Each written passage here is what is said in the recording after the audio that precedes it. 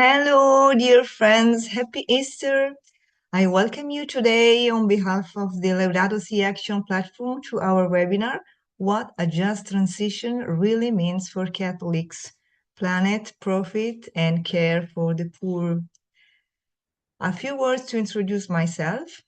My name is Emanuela Chiang. I'm the desk officer for Middle East and Mediterranean Sea, Migration and Integral Ecology at BIS, which is an Italian non-governmental organization engaged in development cooperation, international solidarity, and it is also an educational agency promoting and organizing awareness raising, education and training in the field of sustainable development and global citizenship. I'm also a member of the organizations and group sector partner of the Laudato Si Action Platform. I'm very, very happy and honored to be the moderator of the today's webinar. Before we begin, I'd love to invite you to introduce yourself in the chat, your name, where you're joined from, the parish, diocese, school, or organization you're connected with. If you'd like to follow along in Spanish, Italian, French, or Portuguese, we have made space for you. Just click the interpretation button at the bottom of your screen and choose the language you'd like. I kindly remind you that we are recording this session and the recording will be posted next week in the Laudato Si Action Platform dashboard. If you already have an account, you'll be able to access it there afterward next week.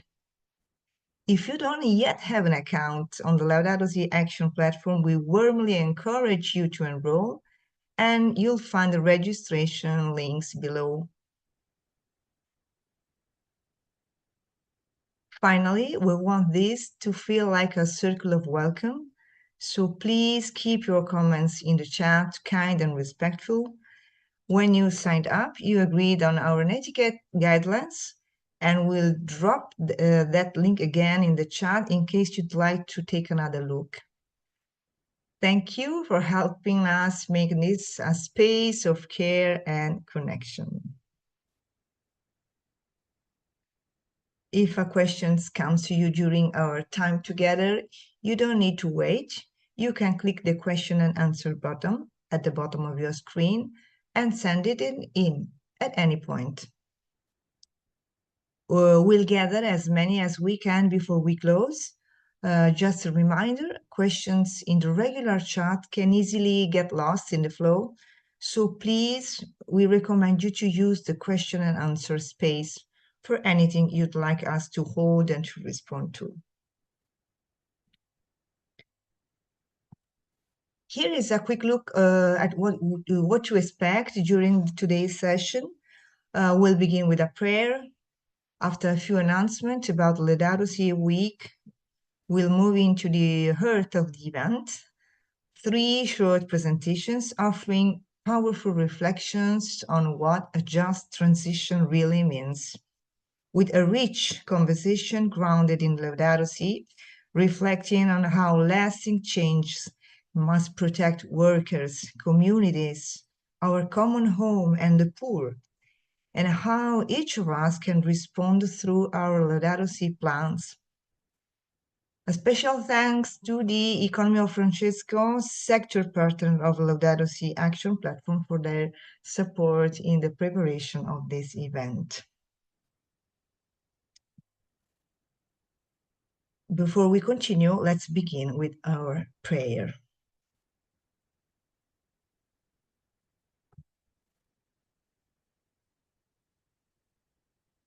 All-powerful God, you are present in the whole universe and in the smallest of your creatures.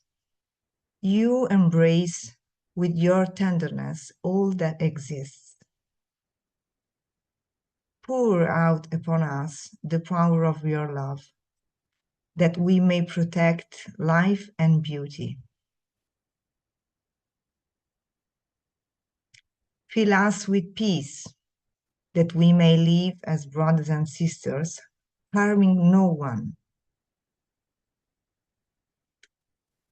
O God of the poor, help us to rescue the abandoned and forgotten of this heart, so precious in your eyes. Bring healing to our lives, that we may protect the world and not prey on it, that we may sow beauty and not pollution and destruction.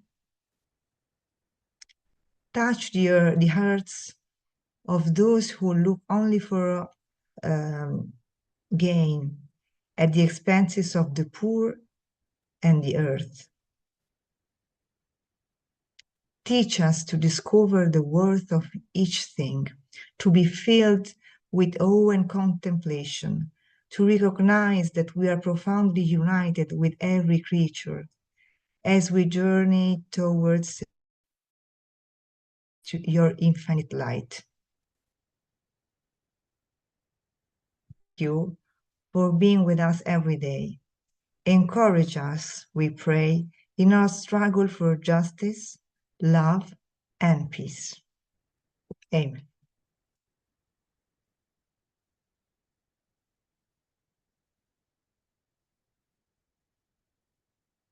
Before we turn to our speakers, I'd like to share some announcement about the Laudato Si Week 2026. Each year, Laudato Si Week invites the Church to move from reflection to action. But this year, in coordination with Catholics around the world, we are inviting something more intentional. We are pleased to share that the central call to action for Laudato Si Week 2026 will be to undertake one concrete action for integral ecology and document it through the Laudato Si Action Platform. From May 17 to 24, Catholics around the world will be invited to choose and to carry out one concrete action. Upon completion, they will be encouraged to mark as completed on the My Action page of the Laudato Si Action Platform. This collective effort will help make the Church's global response more visible while reinforcing a shared sense of mission and participation. On behalf of the Laudato Si Action Platform and the Dicastery for Promoting Integral Human Development, we encourage you to be part of this journey. As a participant in the Laudato Si Action Platform, you are already part of this journey, and now we invite you to get ready and prepared your action. On May 23rd, we also invite you to join the main event for Laudato Si Weeks titled 2026 Creation Care Commissioning, event organized by Laudato Si Movement and Laudato Si Action Platform and sponsored by the Dicastery for Promoting Integral Human Development. It will be online, an online gathering to renew your commitment, reconnect with others, and be sent forth on a mission. You can find the links to Laudato Si Weeks in the chat.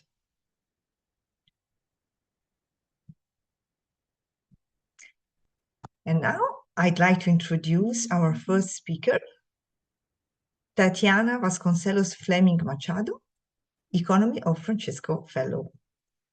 Tatiana is PhD candidate in economics at the Federal University of Rio de Janeiro and research assistant to the Industry and Competitiveness Group. Member of the Economy of Francesco since 2019, Masters in Science in Economic Development from the Institute of Economics, State University of Campinas, BA in Economics from the Federal University of Juiz de Fora, with an exchange period at Universities of Évora, Portugal. Postgraduate specialization in business intelligence from the Pontifical Catholic University of Rio de Janeiro. Tatiana, we are grateful for your presence here, and now it's over to you. Thank you. Thank you, Emanuela. Thank you all. Thank you, Laudato Si Action Platform, for the opportunity to discuss a topic that is very important to my PhD research. I would like to greet the colleagues on the webinar. It's an honor to share this moment of dialogue and learning with you.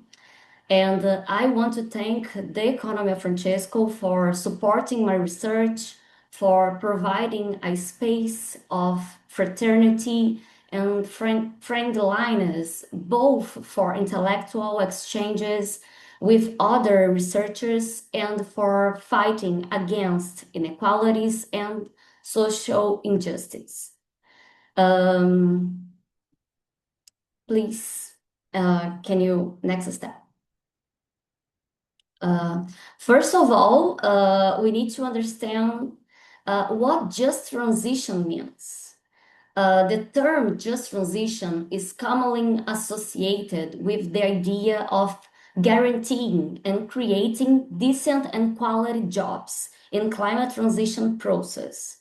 That is, adaptation and mitigation to climate change must be backed by reducing the relative costs to the most vulnerable workers.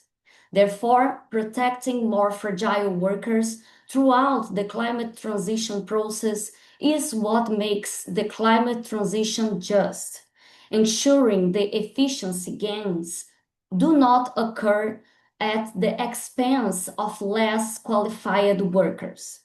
To have an idea of the importance of human capital qualification in the climate transition, according to the World Bank, human capital represents 64% of global wealth. But with the climate change, there may be an increase in the vulnerability of less qualified workers. Thus, adaptation practices and mitigation must come coupled with policies for the quality of the world of work. Please, next step. Next slide. The term just transition is not new. Historically, international documents and movements marking cross-border agreement throughout the 20th century already pointed to the need to reconcile economic growth, environmental preservation, and social inclusion. The International Labour Organization, moreover, created the Just Transition Framework, institutionalizing the need to align the climate transition with the world of work. Please, next slide. It's important to emphasize that a just transition does not depend solely on labor. Green technologies, often incremental to production process, are one of the factors that must be combined with workforce upskilling. The kind of relationship between technologies and labor will be the key factor determining whether the climate transition is just or not. Green technologies tend to be highly absorptive of skilled work labor, and therefore there are estimates such as those present in the work of Professor Stiglitz and Danny Hodrick that the number of green jobs to operate green technologies will increase. So, green technologies can exclude low-skilled workers. That is why it will be necessary to reskill and train workers to be integrated into low-carbon productivity sectors. There are estimates that new jobs will be created by demand for new infrastructures, new technologies, and new green business models. But we still need to have qualified workers for this in developing countries. Therefore, we can view a just climate transition as an opportunity for economic development, but this will require substantial action by economic agents and by public and private investment policies. Please, next slide. Before we move on to real and current examples of just transition practices, it's important to understand what quality of labor is and what is this increase in labor quality necessary for this climate transition to be just. When we talk about labor quality, it's important to keep in mind that there are two approaches that address this concept. The first is the subjective approach that focuses on the overall quality and well-being perceived by the worker, aligned with the concept of quality of working life or quality of work. Quality of working life is a broad concept encompassing individuals' subjective perceptions and their value systems about their jobs. For this reason, some authors criticize this subjective approach, stating that it can be laden with perception biases. On the other hand, the objective approach is generally related to labor attributes or labor quality, just like education, skills, experience, which can be simply expressed by the quality of labor. Many works include in the objective concept of labor quality the employment dimension, the quality of job, since attributes such as wage and contractual conditions directly shape the labor productivity. Therefore, to avoid subjective biases, my research focuses on the labor quality and the job quality in the structural transformation of industry toward a just climate transition. Please, next slide.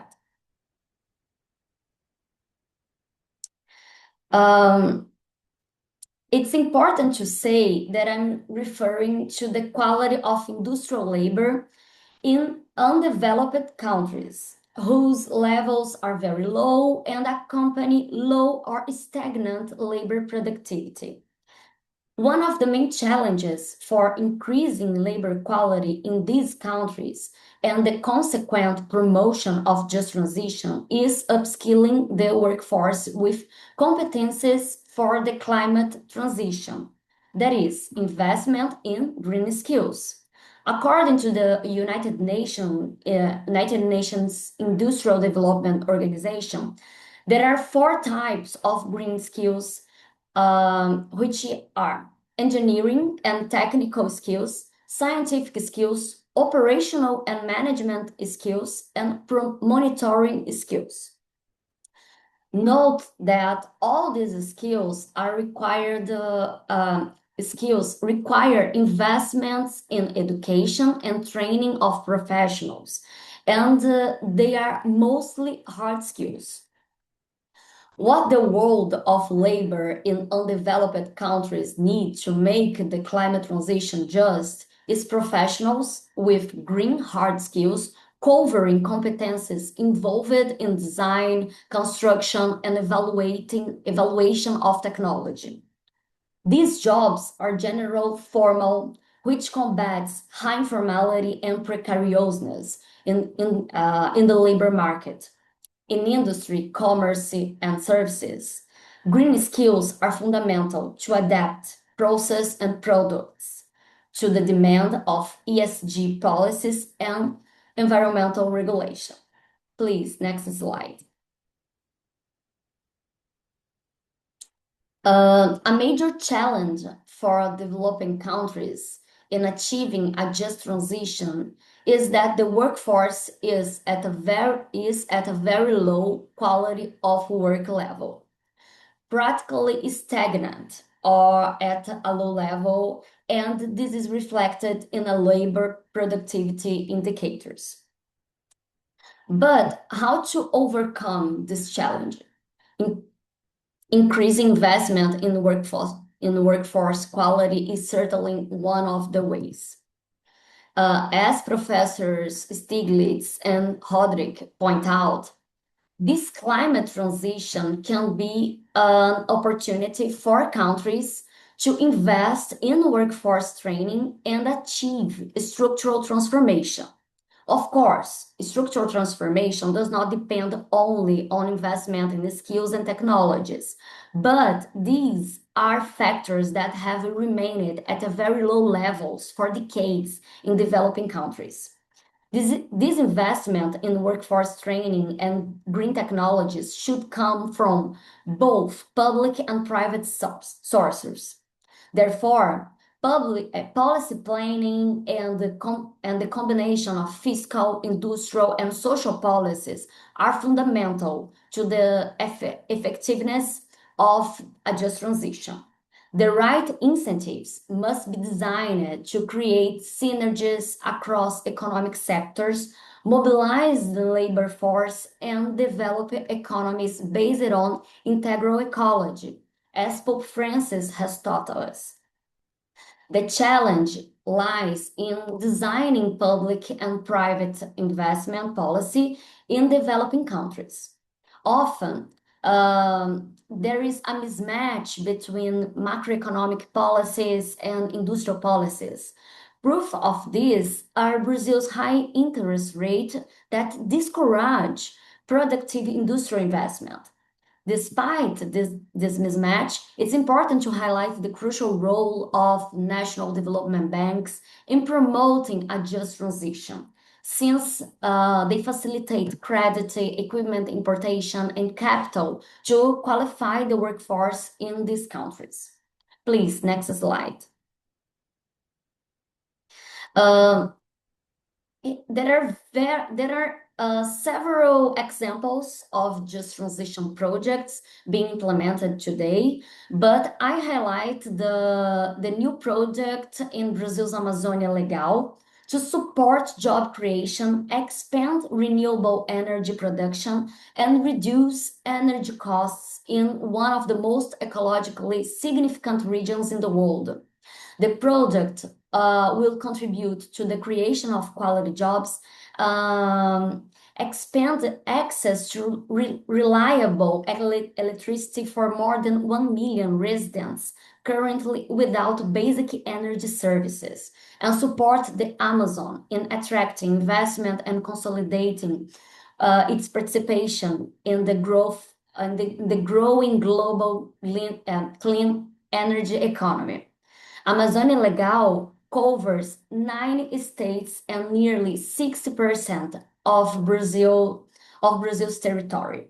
Despite its size and natural wealth, the region has historically been left behind. With the International Labour Organization projecting 15 million new clean energy jobs in Latin America by 2013. This project positions Amazônia Legal to claim its share of the opportunity. Total investment is $627.75 million, composed by 100 million loan from the World Bank, 400 million in counterpart funding from the Brazilian government, 125 million in commercial financing, and 2.75 million grant from the Energy Sector Management Assistance Program for technical assistance.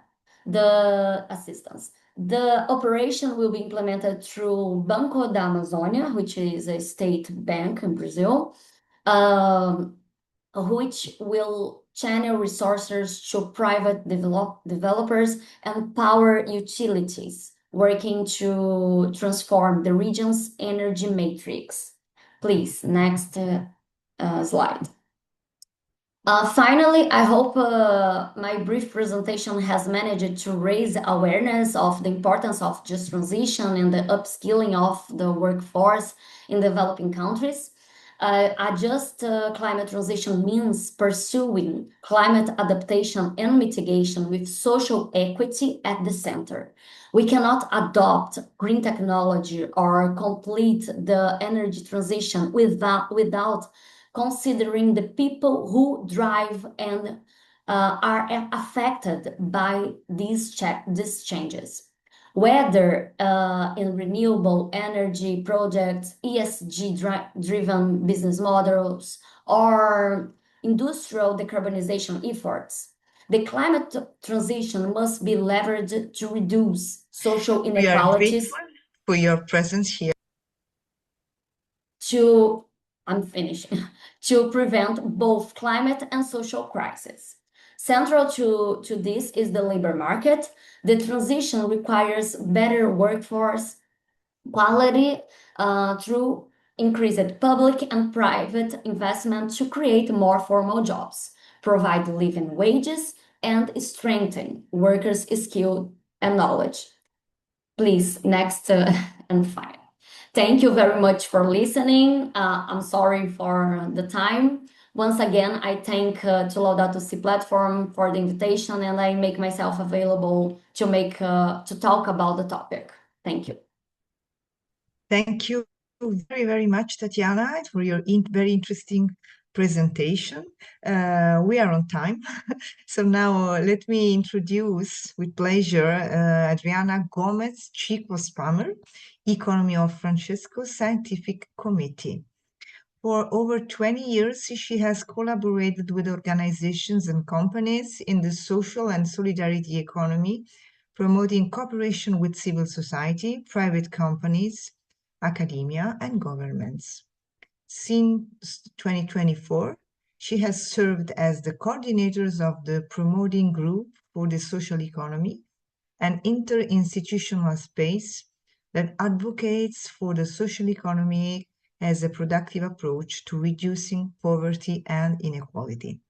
She is an academic advisor at the International Research Center for Social and Solidarity Economy and a member of the Scientific Committee of the Economy of Francesco, among others.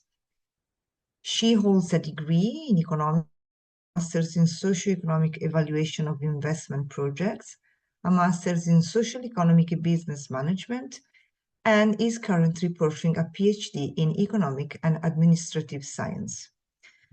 Adriana, thank you for being here with us today, and now we'll listen to your presentation. Thank you, Emanuela. Can you okay, yes, we can see you. Okay, perfect. Yes. Sorry for interrupting. No, it's fine. Thank you. And thanks to the Laudato Si Action platform for the kind invitation to this webinar. And thank each one of you for your participation and interest in these topics. It's really good to be here. I chose the title for this presentation because I'm convinced that the social and solidarity economy is indeed a response to the cry of the earth and the cry of the poor, especially as it is experienced in many rural and marginalized communities in Latin America. It is one possible response among others, a response that is already a reality, but not yet everything it can become. An effective response, but also one that does not answer or solve everything everywhere. Social and solidarity economy deals, if you go to the next slide, please, deals at the same time, sometimes in tension, with the territory and core values that are at its basis and the market systems where its enterprises operate. Organizational and territorial governance make it possible. Social and solidarity economy can be described much deeper and in multiple ways. If you go to the next one, I will just say that Social and solidarity economy enterprises are alternative models of doing economy at the service of people and their well-being. The next one, please. Doing economy means producing, distributing, consuming, and allocating all kinds of resources for this, which includes investment and typically for these models, reinvestment. The next one, the principles and values at the core of the social and solidarity economy can also be expressed in different ways. In this case, they are enlisted as 6, and I will only highlight a few aspects of them. Equality means recognizing equal dignity and rights of all individuals, as well as ensuring participation, access to information, and transparency. Work is more than employment. It is acknowledged as central to quality of life and social inclusion. This is translated into participation in decision-making and ownership. Work is more valued than equity or capital. Environmental sustainability is not just an accessory. As you, as part of the Laudato Si Action platform, very well know, economic activity and nature are interdependent in our common home. Social and solidarity economy is based on cooperation within and beyond organizations, locally and internationally. The driver is mission or purpose. Are social and solidarity economy enterprises for profit? I say it is the other way around. Profit is for them. Profit is for them to achieve their purpose. The question about profit is one thing that brought me to the Economy of Francesco. It made me join specifically one of the villages, vocation and profit. The experience coming from social and solidarity economy has been a gift to our reflections, but also the understanding of profit built within the village has been a gift for my work in the field of social and solidarity economy.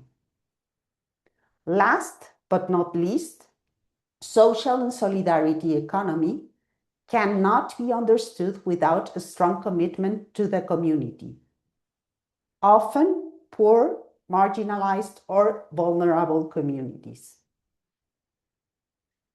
If you go to the next one, we all know market systems very well. We constantly offer our services or our goods in exchange for income. We buy and consume using our income. We know what competition or competitiveness mean. Social and solidarity enterprises also offer their goods and services to the market, locally, regionally, nationally, sometimes also internationally. They must deal with logistics, marketing, and respond to the demands of the market. But they behave differently. And in doing so, they reshape markets.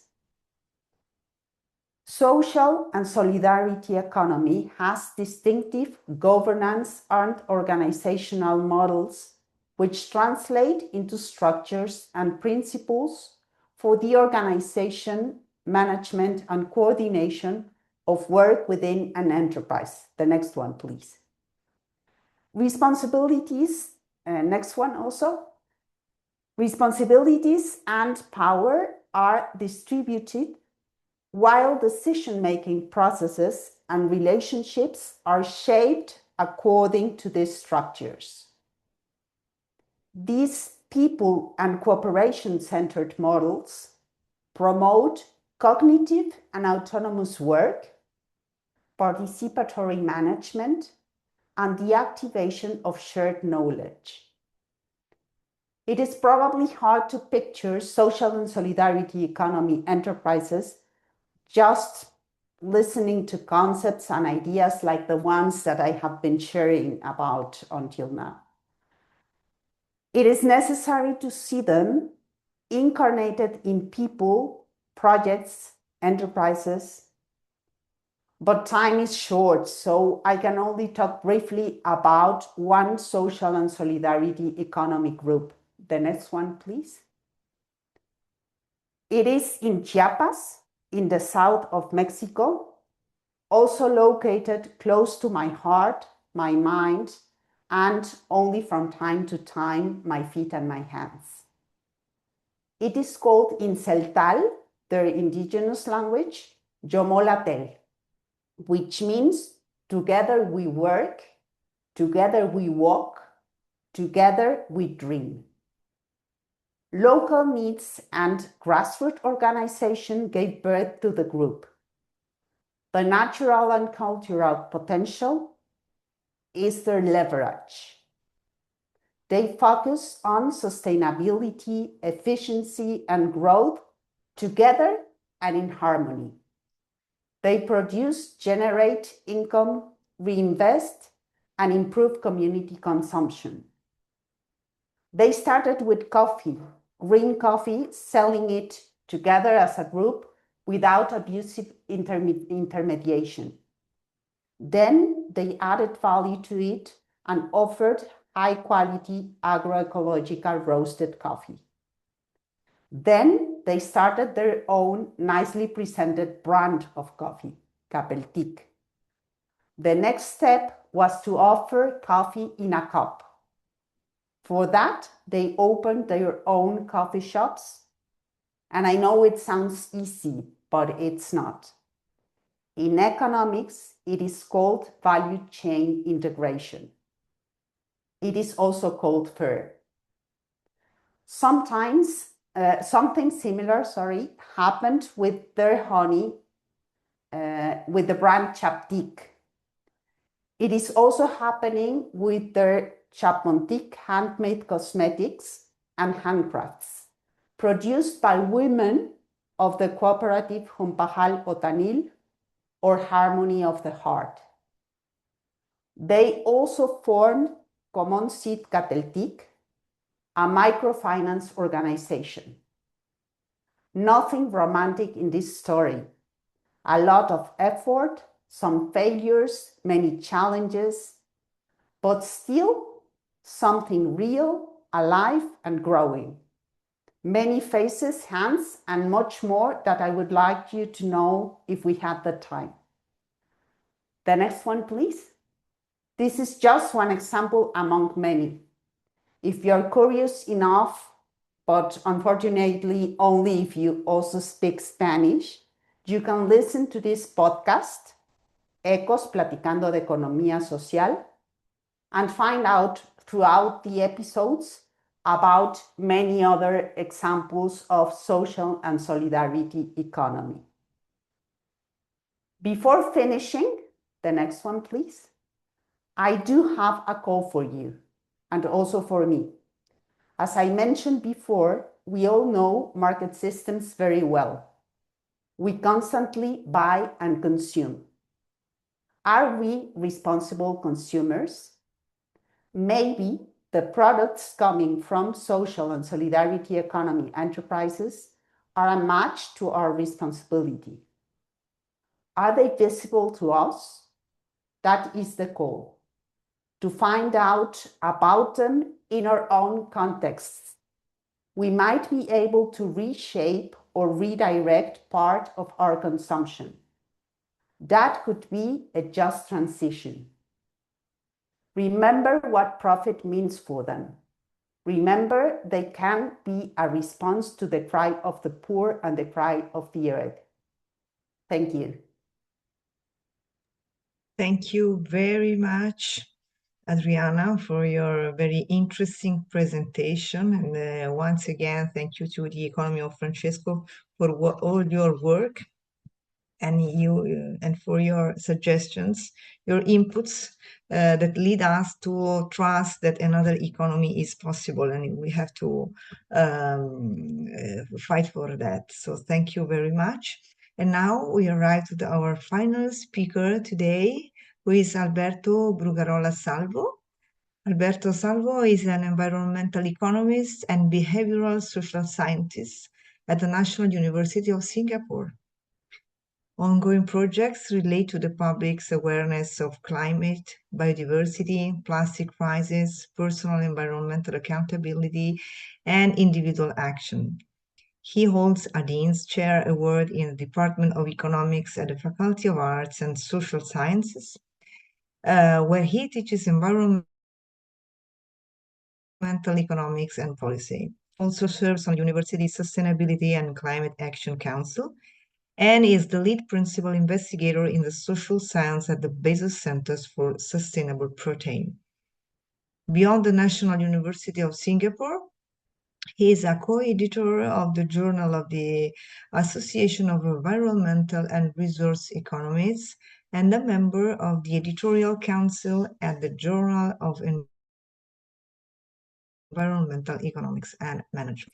So Alberto, thank you for being here and thank you for helping us to reflect more deeply on actions that each one of us can do. The floor is yours, Alberto. Thank you. Thank you very much, Emanuela. Thank you all for the amazing opportunity to be here addressing this wonderful audience.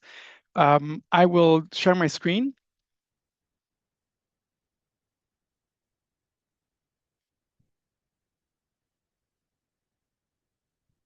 Very good. So I follow in the footsteps of Tatiana and Adriana, and I think they talked about the importance of thinking about the worker in the just transition. That was a focus of what Tatiana said.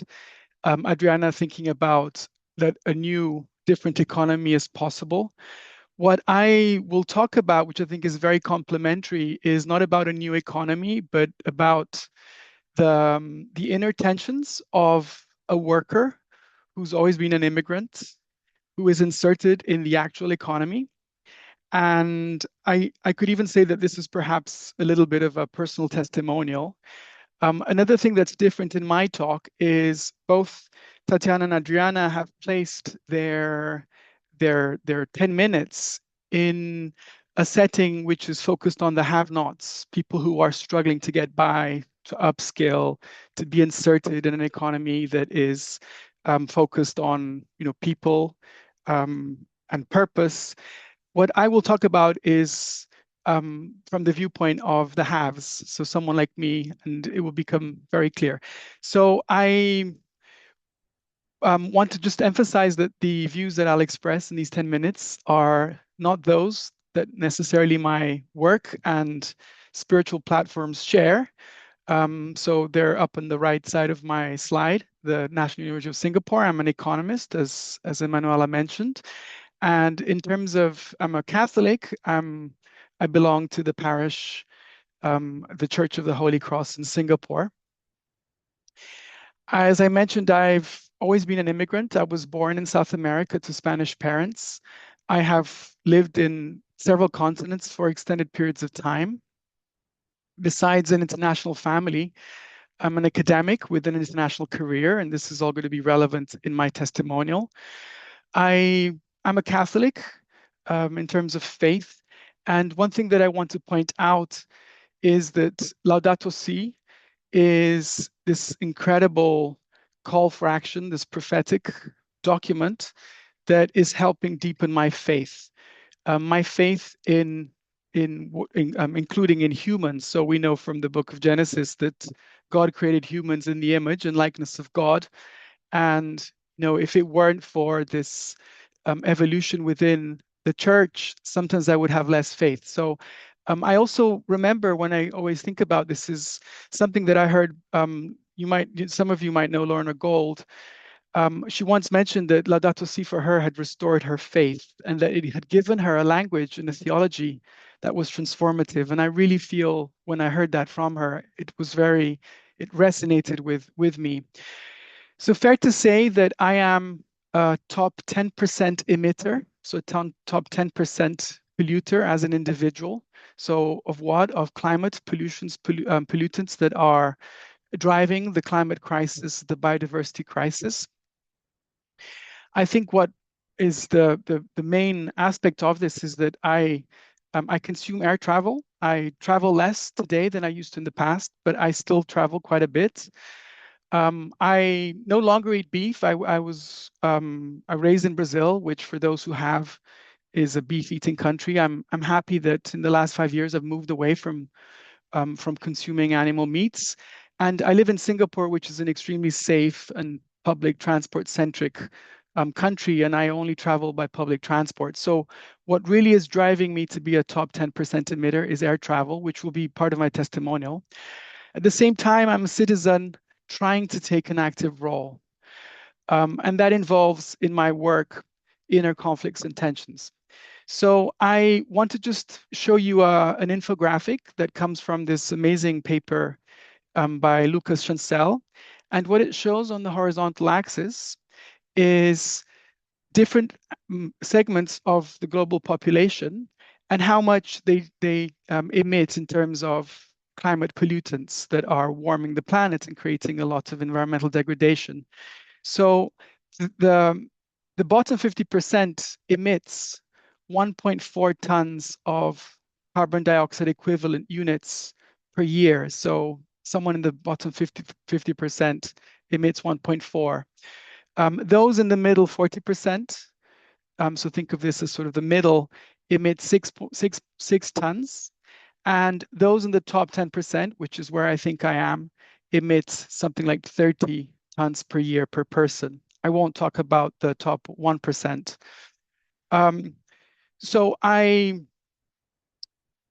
care deeply about the natural environment and how its degradation is affecting our fellow human species and the non-human species.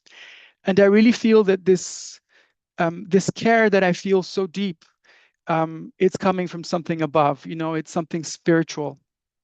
And I love this part of Pope Francis in Laudato Si, and he states, soil, water, mountains, everything is, as it were, a caress of God.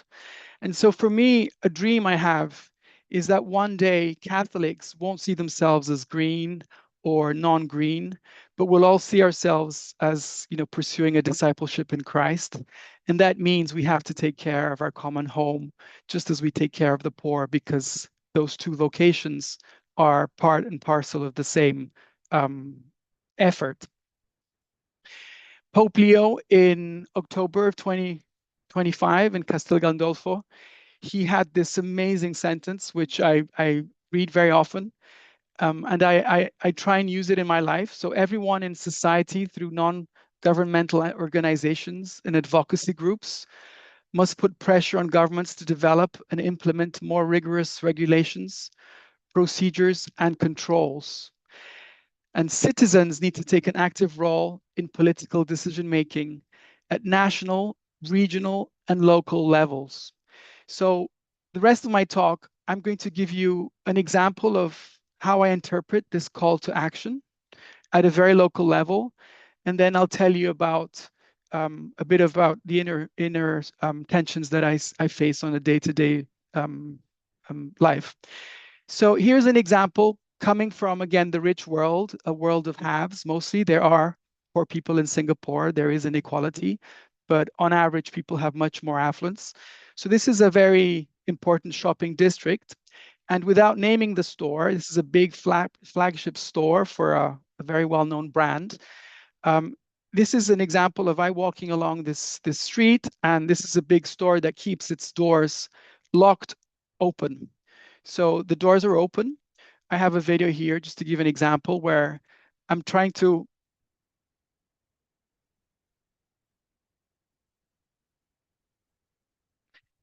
shut the doors, and the doors are locked open. The reason, I think, is because it makes it easier for people to walk in. They feel the blast of cold air, and they are kind of invited to go into the store.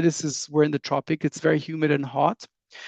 And so what I interpret as a call to action is I go into the store, I call for the store manager, and very important, with a smile on my face, I ask the manager if, in the case it's a he, if he knows about the war in Iran and how oil and gas prices are going up, and whether he has thought of installing a sliding door instead of these doors that are bolted open, just like the Adidas store next door, which has sliding doors. So why do I think this is a small action? Because when we ask policymakers, so in this case, the manager has some control. He can take feedback from customers to his managers and up the chain of command. When we ask questions, we show that we care. So I could give you other examples like this. For example, if you are in mass and the priest in his homily includes something about the care for creation and how we have an obligation to be better stewards of our environment. At the end of mass, you might want to go and talk to the priest and just thank him for inserting care for the creation into the homily or in the prayer of the faithful, and so on. So I'll finish off with an inner negotiation, a tension that I face in my life. So this is an example of a recent trip that I undertook from Singapore. It was a 4-week trip. I spent maybe several months planning this trip so that it would be one long trip. In all, I flew into the US. I went to Miami, Chicago, West Lafayette, then Atlanta. Then I flew out of the US. And on the way back to Singapore, I went down instead of flying over Europe, I landed in Europe, went to Madrid, Rome, Bologna, and Barcelona.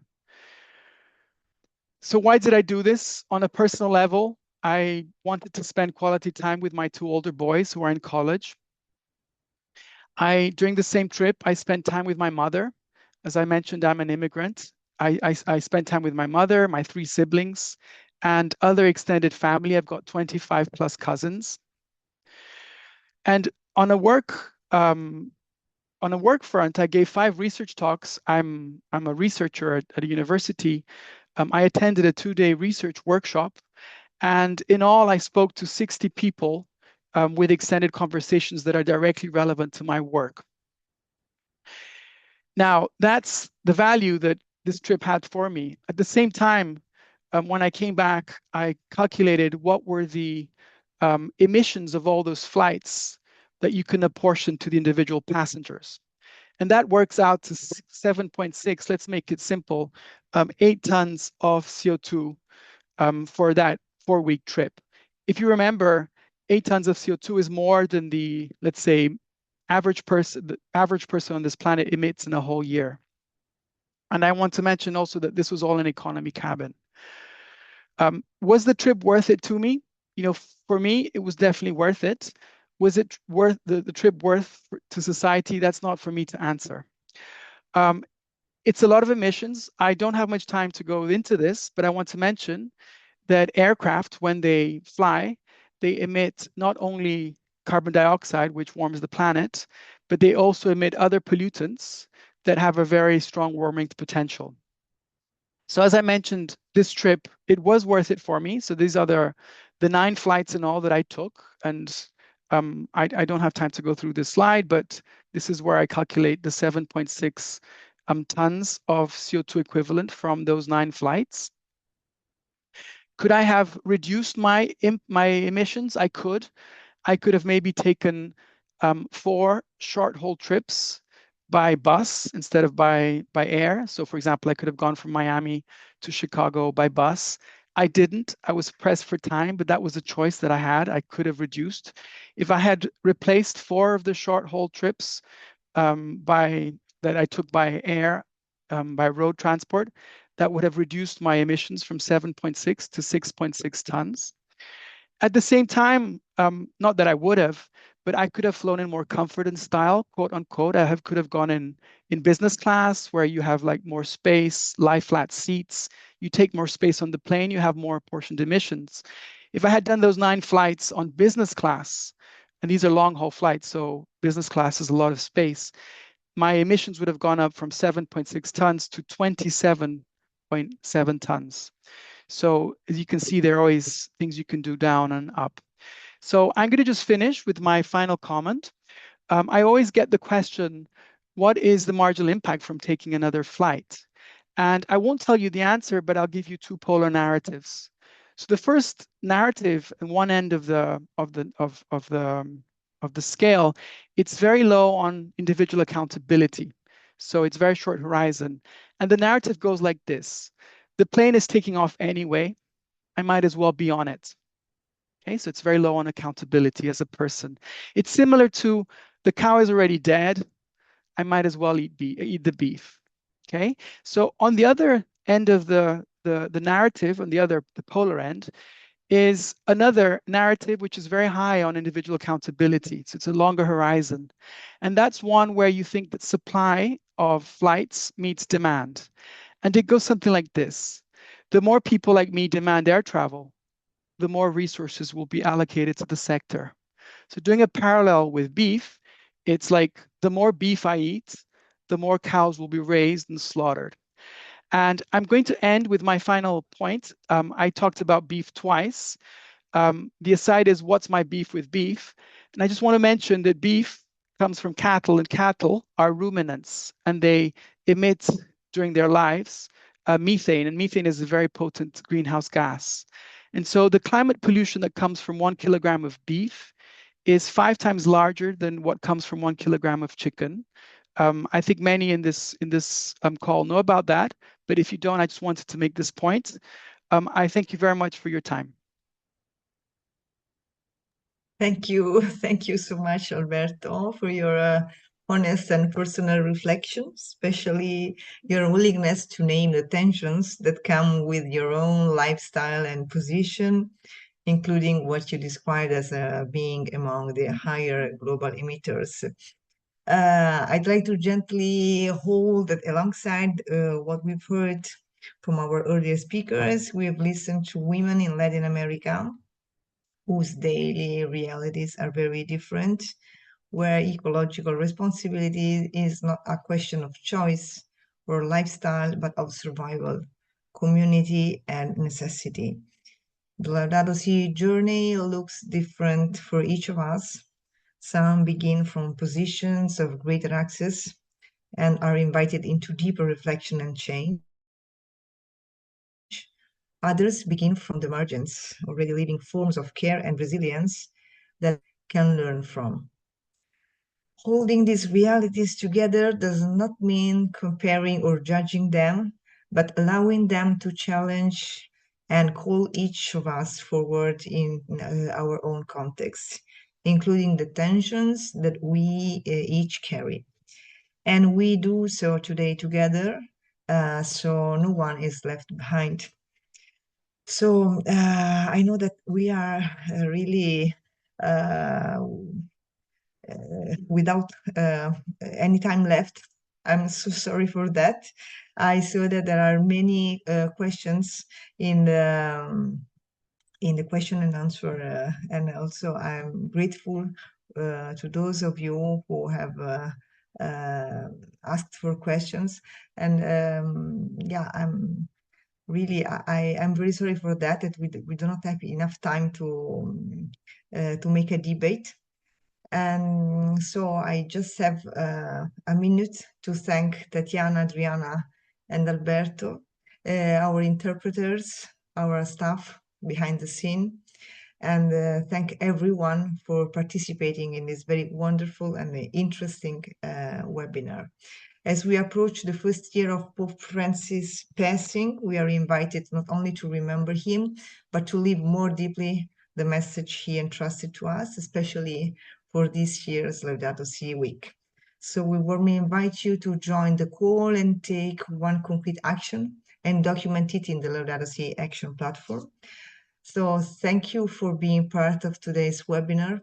We look forward to see you May 23rd at the 2026 Creation Care Commissioning event. And next webinar will be June the 18th at 4 p.m. Rome time. So until then, until seeing each other again, God bless you all. Bye-bye, and thank you so much.